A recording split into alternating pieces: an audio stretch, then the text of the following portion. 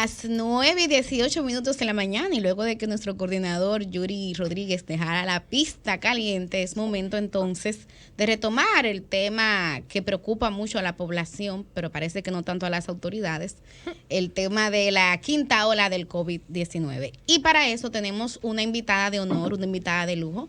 Nos referimos a la doctora Clevi Pérez Sánchez. Ella es la presidenta de la Sociedad Dominicana de Infectología y de entrada les digo que se ha ido posicionando con mucha coherencia y mucha criticidad frente a estos temas. Doctora, muy buenos días, bienvenida al Sol de los Sábados. Muy buenos días, saludo a todos en cabina y a los que nos escuchan. Bueno, doctora, quisiéramos iniciar esta entrevista con una valoración de su parte de cómo entiende las autoridades dominicanas han manejado esta quinta ola y sobre todo a propósito de medidas recientes tomadas apenas ayer, como lo que implica el regreso a las aulas, más pronunciamientos del presidente que dice que como no hay una letalidad preocupante, no pasa nada. Bueno, no que no pasa nada, Mili. Bueno, él no pasa nada porque no acciona, Roseli, por eso digo no pasa nada. Pero adelante, doctora. Muy bien. Sí, realmente hemos visto que en esta ola tremenda de casos, ¿no? Ustedes ven que están lanzando resoluciones sobre vuelta al trabajo, regulando, queriendo imponer inclusive el número de días de licencia y todo eso. Pues esto tiene una lectura, aparte de que la gente tiene que tratar de producir aún esté enfermo, ¿verdad?, de incorporarse antes, tiene una lectura de que en muchas compañías, en muchas empresas, en muchos trabajos la gente no está funcionando porque definitivamente el 50% o más de los trabajadores están enfermos actualmente. O sea, esto te habla de la magnitud realmente de esta ola de COVID actualmente en nuestro país, donde incluso se quiere ya disminuir el número de días y reintegrar a las personas aún no estén en condiciones óptimas, precisamente por el efecto que está teniendo a todos los niveles esta ola de COVID. Entonces, realmente se ha jugado desde mi punto de vista a que todo el mundo se contagie y a ver qué va a pasar, a llegar al pico y después de ese pico, entonces esperar que empiecen a disminuir los casos. Nosotros como sociedad realmente hemos hecho una serie de peticiones, de sugerencias para tratar de disminuir el contagio, para disminuir el impacto en el sistema de salud y en la salud del pueblo dominicano y en la presión que está recibiendo ahora mismo el sistema sanitario, que hay que decir que también gran parte del sistema está, o mejor dicho, los trabajadores de la salud están ahora mismo afectados de COVID y también las clínicas y hospitales están trabajando pues con una disminución importante de su personal. Las enfermeras, el personal de laboratorio, de limpieza, etcétera, pues también están bastante afectados. Doctora Roselvis Vargas. Roseli, sí, en vista de disminuir todo eso hemos hecho una serie de sugerencias, pero hemos visto que realmente pues las autoridades van en otro sentido.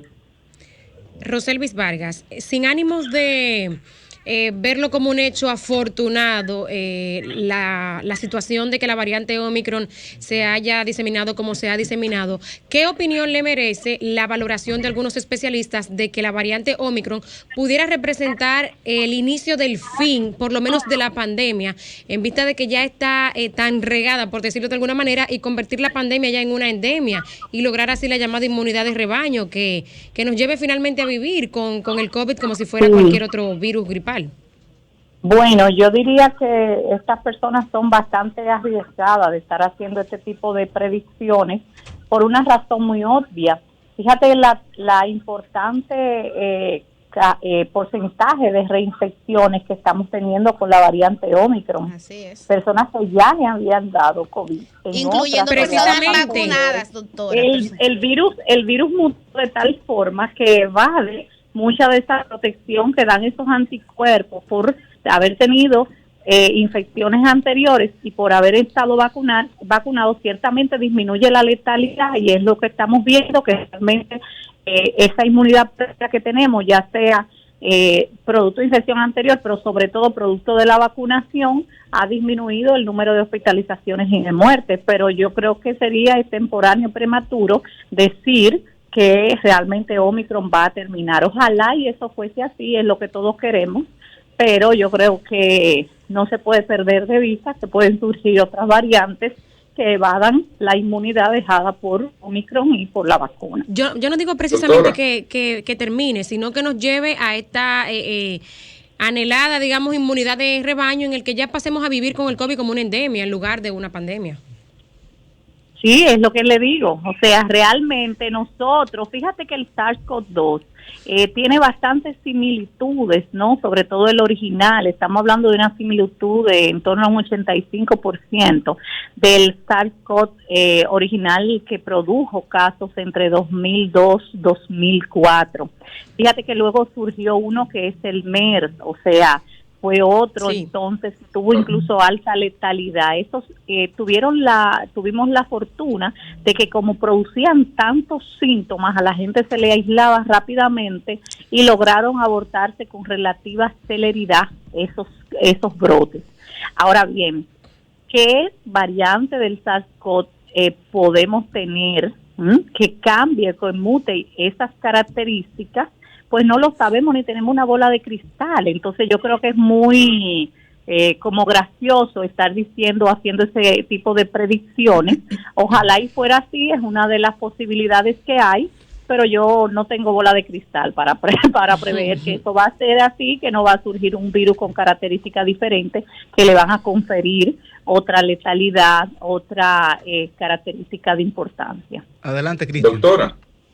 Sí, le quería preguntar a la doctora si en alguna medida es acertada o desacertada, ¿cómo la califica la medida de reducir las licencias médicas de 14 a 7 días en este proceso?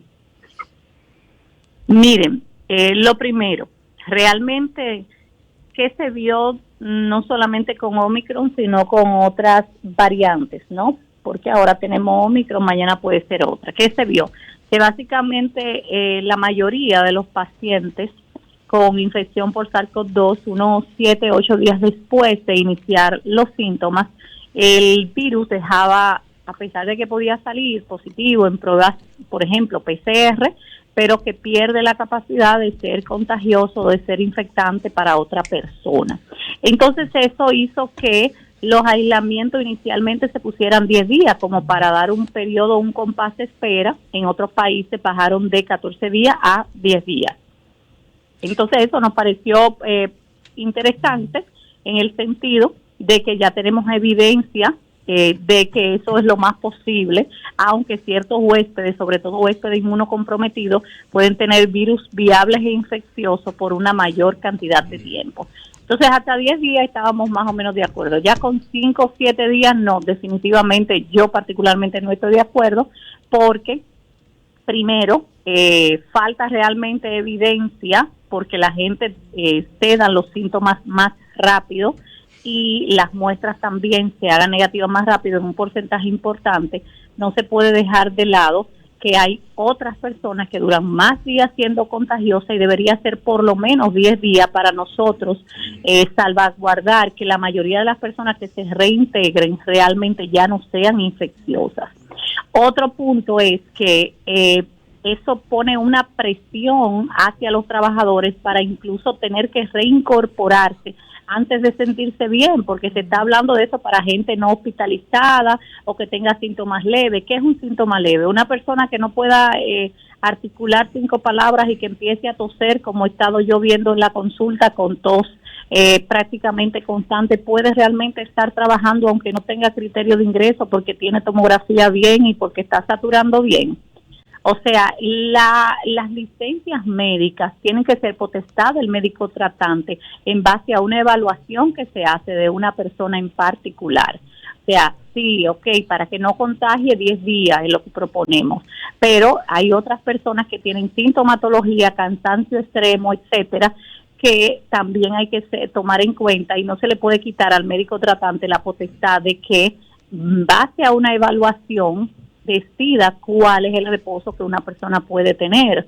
O sea, yo creo que estas medidas son sobre todo tendencia a eso, a complacer al sector de dueño del capital en este país y a tener que reincorporar a la gente rápidamente a los trabajos aún no se sienta bien. Doctora Susi Aquino-Gotro, de este lado, usted mencionaba el manejo de usted viendo los pacientes en consulta. ¿Qué recomienda la población ante estos laboratorios y centros que están colapsados con tantas diferencias sobre el proceso y lo caro que salen las pruebas, este diagnóstico que el presidente del Colegio Médico desaprueba básicamente que se tenga que hacer la de antígenos primero antes de la PCR, y los pacientes se exponen yendo a un laboratorio a más contagio por la situación que se salió de control en los laboratorios? ¿Tienen ustedes alguna forma de manera directa en consultorio poder hacer algún tipo de